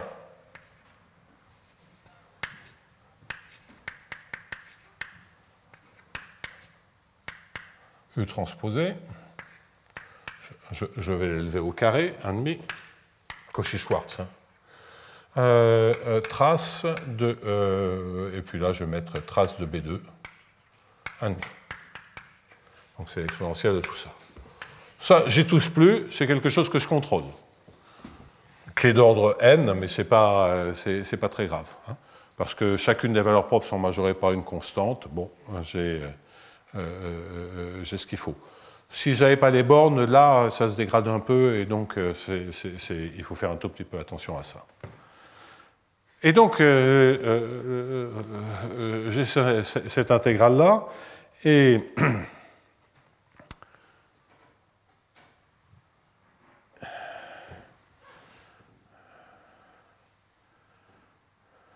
ah oui, attendez, ce n'est pas une majoration que je veux, c'est une minoration. Donc, si je veux une minoration, je vais dire ceci. Voilà. Donc, c'est supérieur égal à cela. C'est à cause des moins 1 sur n log. Donc, le cœur de l'affaire, c'est qu'est-ce que je peux dire sur une inégalité comme ceci? Alors, je prends toutes les matrices orthogonales et j'ai une matrice symétrique, j'ai deux matrices symétriques A et A'. Je m'y prends comme un imbécile, pardonnez-moi. Pas d'autre terme. Donc, ce n'est pas du tout ça. J'ai oublié un truc absolument crucial dans l'astuce. C'est que, quelle que soit V la matrice orthogonale, ou quelle que soit R la matrice orthogonale, ben, vous pouvez prendre A' ou vous pouvez prendre RA', R transposé. Donc, j'efface tout ça. Et donc, ici, je reprends, mais au lieu de A', ben je me dis, je prends R, A', R transposé, moins A, et puis après, j'ai tout le bazar U, B, U transposé.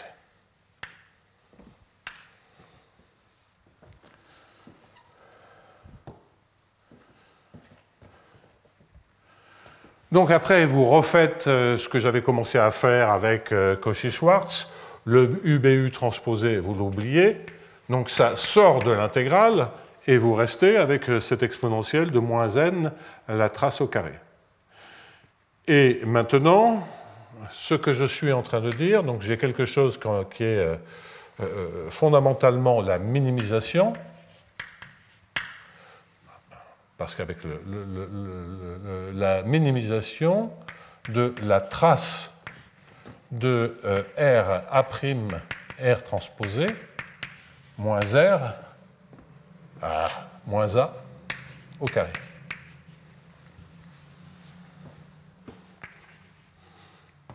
Sur toutes les matrices orthogonales.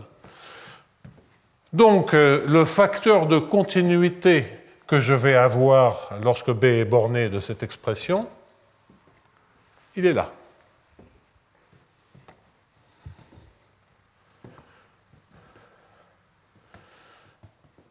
Donc A, il a un certain spectre. Et ça, c'est une quantité qui ne dépend que du spectre de A et de A'.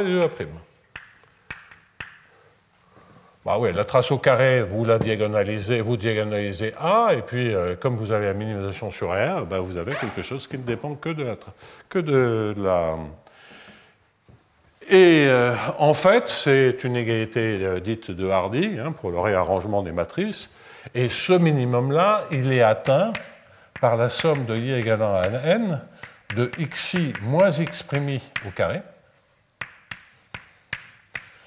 où les xi, je l'ai déjà dit, c'est les valeurs propres croissantes de A, et x'I, c'est les valeurs propres croissantes de A. Ah, vous voulez trouver la base dans laquelle A' se ressemble le plus possible à A. Pensez qu'ils soient diagonalisables les deux dans la même base. OK? Donc vous avez les valeurs propres x'I, les valeurs propres xi. Ben, ça, c'est le problème de distance de Wasserstein pour n points. En dimension 1, ben, si vous les ordonnez, le minimum des xi moins x'I, c'est de ranger les x'I dans l'ordre croissant. Voilà, donc en fait, il y a une démonstration en 3-4 lignes hein, de ce lemme qui, de toute façon, est démontré dans l'article original, mais c'est assez transparent. Alors, ça nécessite, pour avoir quelque chose, pour tout boucler, que les y soient bornés. Hein, donc, il faut pas... Ça va changer. Le fait que B soit borné, bah, ça va juste rajouter une constante là. S'il n'est pas borné et que vous visez une distance de Wasserstein 1, ça marche aussi, mais il faut que B ait un moment.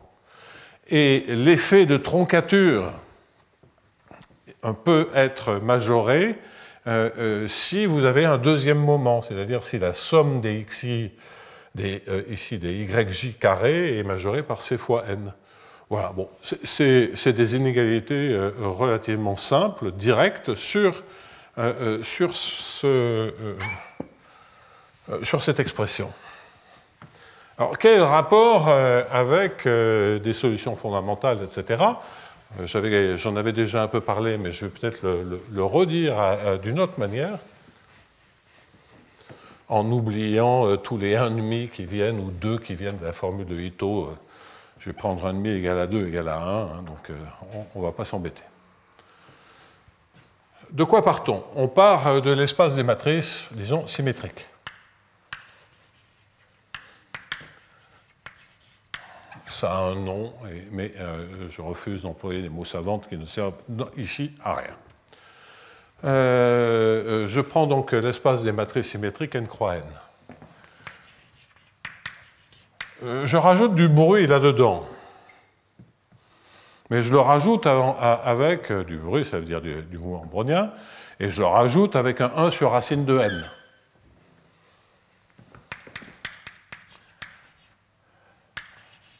Donc c'est un brownien dans les matrices symétriques. Ça, c'est Dyson. C'est exactement le contexte de Dyson. Une matrice symétrique n croix n qui est votre condition initiale, et puis le mouvement brownien de Dyson dans les matrices symétriques.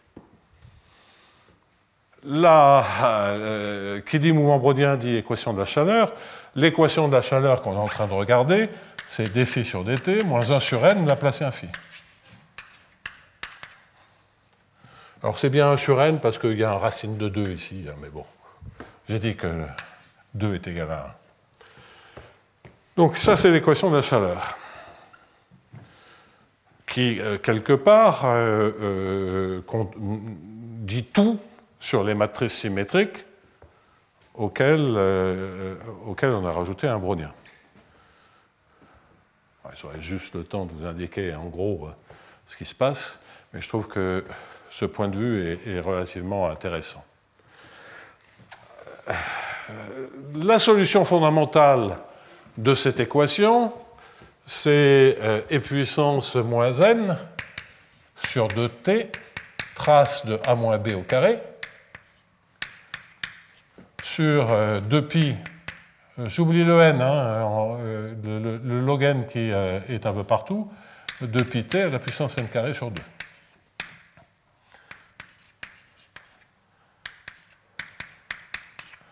Donc c'est des n à la puissance n carré sur 2 qui flottent. OK. Imaginons maintenant que dans cette vision générale de l'espace des matrices et de cette équation de la chaleur dans l'espace des matrices, imaginons que je ne m'intéresse qu'au spectre des dites matrices. Qu'est-ce que ça veut dire? Ça veut dire que je dois regarder des quantités qui ne dépendent que du spectre. Hein, c'est typiquement dire que je vais prendre comme observable, j'allais dire, un phi 0 qui évidemment est une fonction de A, mais qui ne dépend que du spectre de A. En d'autres termes, phi de A est égal à phi de UA, U transposé. C'est ça que ça veut dire, que ça ne dépend que du spectre.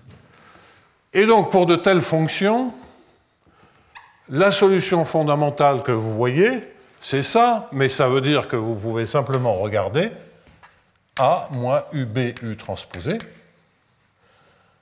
Et évidemment, lorsque vous prenez une observation qui est basée sur une fonction qui ne dépend que du spectre, c'est la même chose. Mais si jamais vous avez une observation qui peut dépendre d'autre chose, vous êtes en train de dire « je ne m'intéresse qu'au spectre ». Donc, ça c'est la quantité que Matitsine regarde. Quelle est la solution fondamentale modulo l'invariance spectrale associée à l'intégrale de Hitzigson-Zuber. Alors, un tel scaling, une telle équation de la chaleur vous dit j'ai envie de faire des grandes déviations. Et c'est les grandes déviations fortes, les grandes déviations faibles. Donc j'avais déjà expliqué comment on se ramenait à l'équation à n particules et comment in de t de x et de y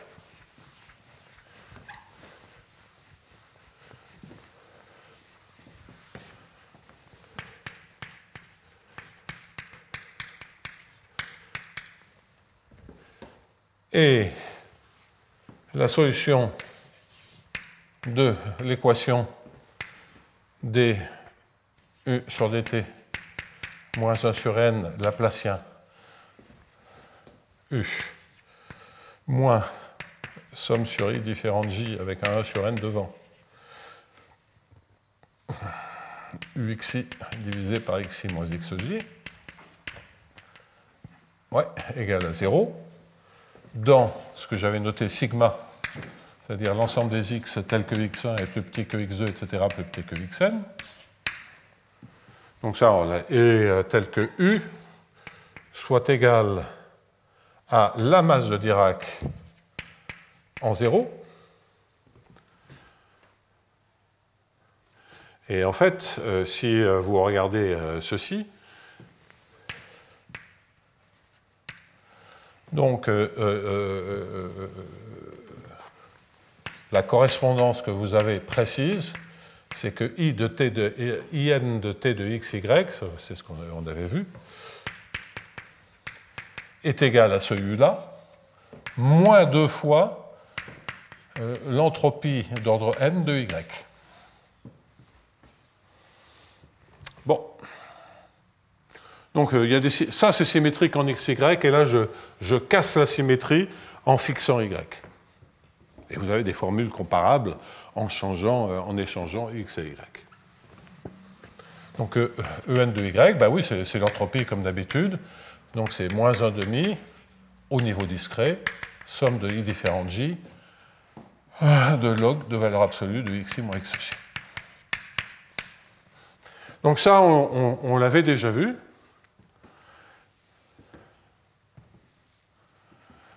C'est simplement, je prends l'équation dans l'espace des matrices symétriques, toutes les choses ne dépendent que du spectre, et je projette cette équation, j'avais fait les calculs déjà, je projette ces équations dans cet espace, dans cette sélection des coordonnées, qui est sigma.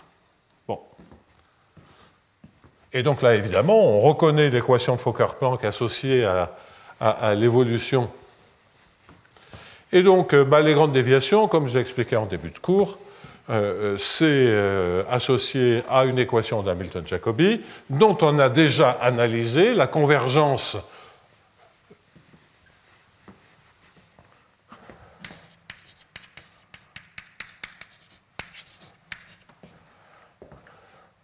donc ici, c'était un n gradient total v au carré, moins 1 sur n, somme sur i différent de j, c'est la transformation logarithmique, appelée transformation de Kohl-Hopf, qui nous donne cette équation de Hamilton-Jacobi-Bellman. Ce que l'on a déjà vu, c'est que si je prends une bonne condition initiale, à savoir un certain V0 qui tend quand n vers l'infini vers un V0 de m, alors ceci converge vers l'équation. La solution converge vers la solution de l'équation de HJB, vers le problème de contrôle optimal, etc. Donc ça, tout ça, on le sait. La partie qui manque, c'est que j'aimerais pouvoir prendre V égale moins 1 sur n2 log U. Hein, c'est la question que l'on se pose, qui correspond aux grandes déviations, à part que le log d'une masse de Dirac, ça ne veut rien dire. Donc je suis coincé. Bon, alors, la manière dont on s'en tire, et je n'ai vraiment pas le temps d'expliquer en détail, c'est qu'il faut analyser le comportement en temps petit de la solution U. Et donc, la monotonie de l'opérateur de Dyson, en supposant que la somme, que 1 sur n3, somme de i différent de j de 1 sur yi moins yj au carré est finie, permet d'avoir des bornes sur U, enfin la moitié des bornes. Ça va nous dire, et ça va dépendre de ce C0-là, ça va nous dire que on peut, sous ces hypothèses-là, obtenir des majorations et minorations. Donc, ce que ça permet de démontrer, c'est que des majorations et des minorations sur U qui nous donnent des comportements en temps petit sur V. Alors, ces comportements, quels sont-ils? Alors, c'est un peu compliqué, mais grosso modo, c'est de dire que le V, il a envie de ressembler à x moins y au carré sur 2t, qui, à la limite, donne la distance de Wasserstein entre les mesures limites. Mais c'est un peu plus compliqué que ça. Donc, typiquement, une majoration ou une minoration nécessite de faire des perturbations de la fonction t, etc.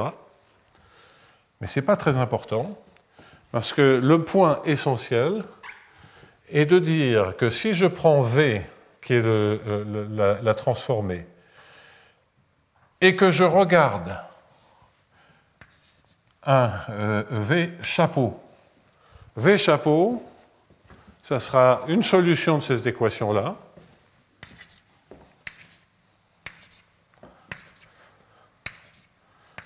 Donc je mets des chapeaux partout. Ou V0 chapeau.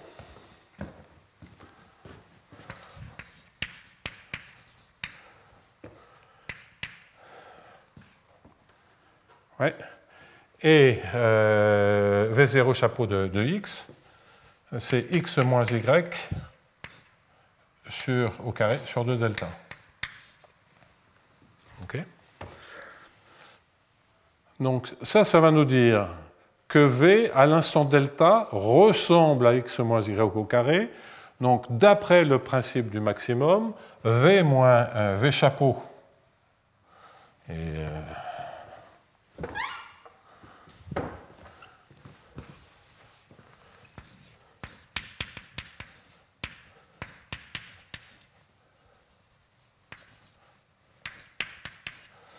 C'est comme si je rentre un peu dans la solution en temps et on démontre que ceci tend vers 0 quand n tend vers l'infini, uniformément t borné positif.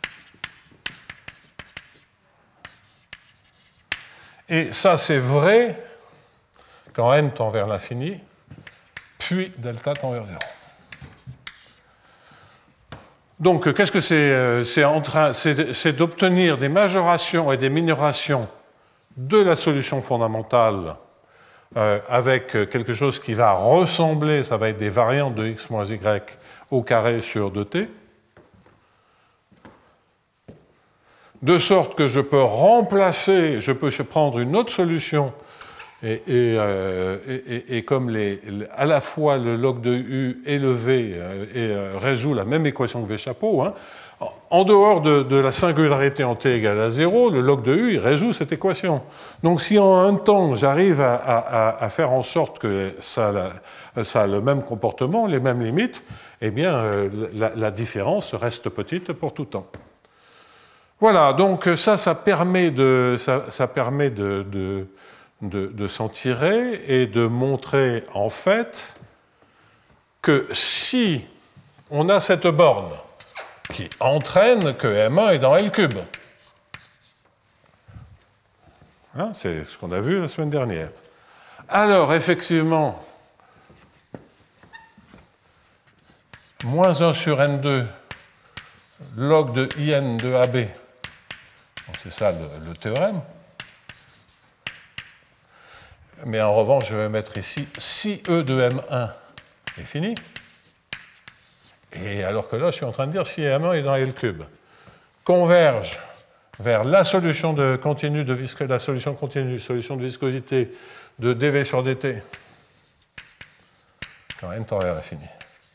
Solution à l'instant 1 et M, donc ça c'est si MNA, la mesure spectrale de A converge vers M, et la mesure spectrale de B converge vers M1.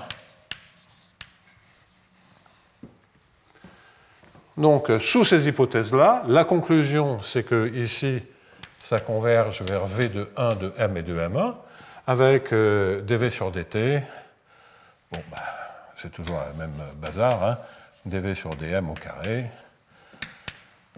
plus dV sur dm, et c'est ce que j'ai noté, converge vers ceci, moins 2E de M1, l'entropie de M1,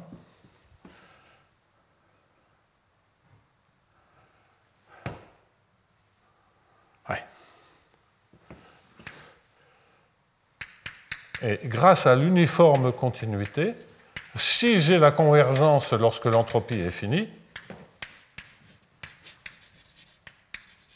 j'ai aussi la convergence, j'ai toujours la convergence.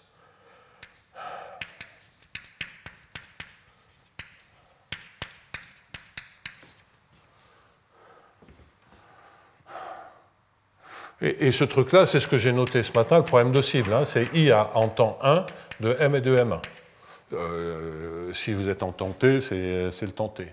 Donc voilà le schéma de démonstration. Notez que quand je prends cette solution en M égale M1 et à l'instant 0, c'est 0, mais j'ai retranché le moins 2E de M1.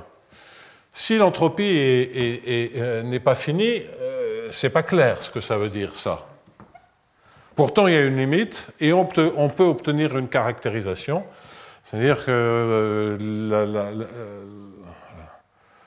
cette équation-là, avec une donnée singulière, a une sorte de solution généralisée qui est la limite de moins 1 sur n carré log de in à b.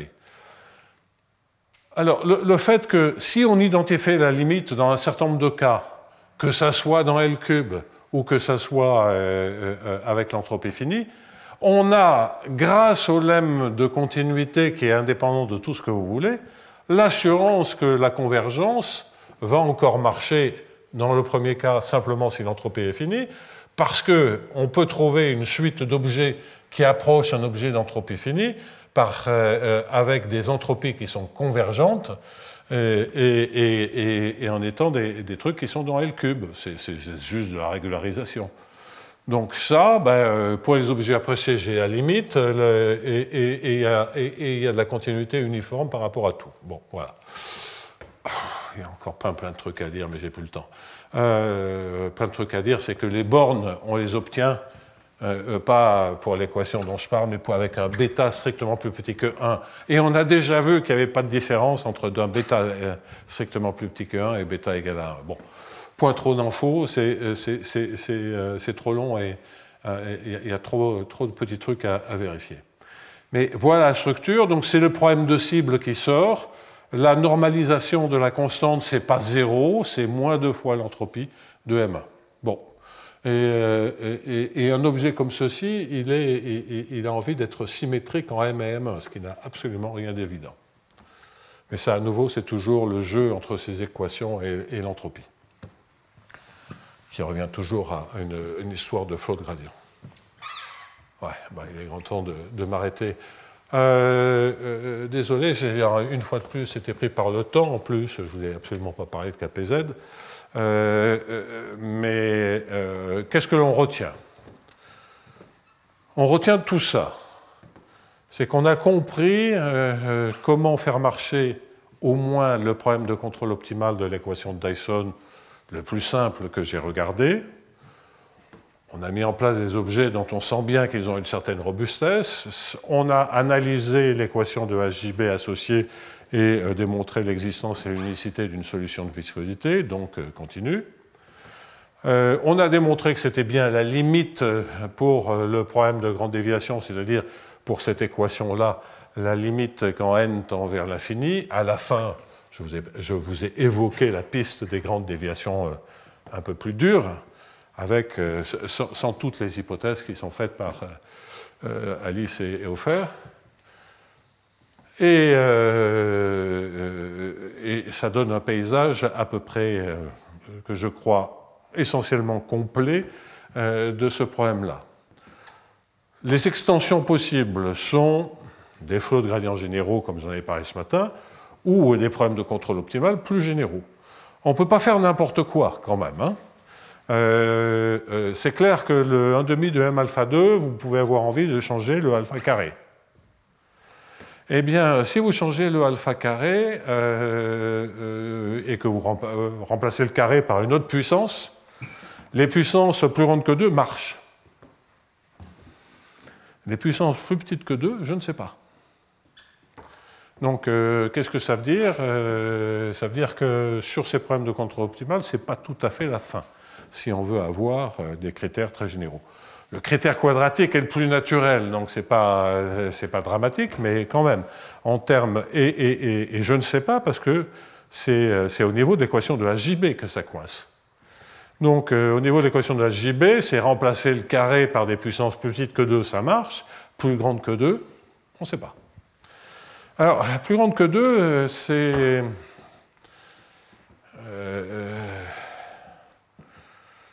qu'est-ce que ça veut dire? Ça veut dire qu'on paye très peu les contrôles. Et payer très peu les contrôles, ben, quelque part, ça vous dit que, OK, j'ai un flot qui est singulier, hein, à cause du HM, mais si à la limite je ne paye pas mes contrôles, le flot, je peux l'annihiler. Et ça me coûte presque rien. Donc on sent beaucoup moins la singularité du flot. Donc il y a des raisons profondes pour lesquelles ça ne peut pas être exactement la même théorie qui marche dans les cas où on paye cher des contrôles grands ou pas. Voilà, donc l'histoire n'est pas totalement finie, mais en gros, dans le cadre de coûts quadratiques ou ressemblant à des coûts quadratiques, je pense avoir donné 95% des arguments en laissant les 8 trucs. J'ai signalé un certain nombre de problèmes ouverts au début du cours sur Dyson, j'y reviens pas. J'ai ce problème qui mérite énormément, comme vous l'avez compris, de la vérification de la continuité des fonctions valeurs. Et ça, j'aimerais bien comprendre ça avant même d'envisager d'autres problèmes de contrôle optimal. Parce que les manœuvres de contournement que j'opère, je ne suis pas convaincu qu'elles soient très robustes. Je suis même sûr qu'elles ne sont pas très robustes. Bon. Donc là encore, il y a du boulot. Initialement, j'avais prévu de vous parler d'un problème complètement différent, à savoir KPZ, mais il est grand temps que je m'arrête vu l'état physique un peu délabré dans lequel je me trouve. Et donc, je vous remercie de m'avoir accompagné durant ces 9 séances et le séminaire dans un petit quart d'heure.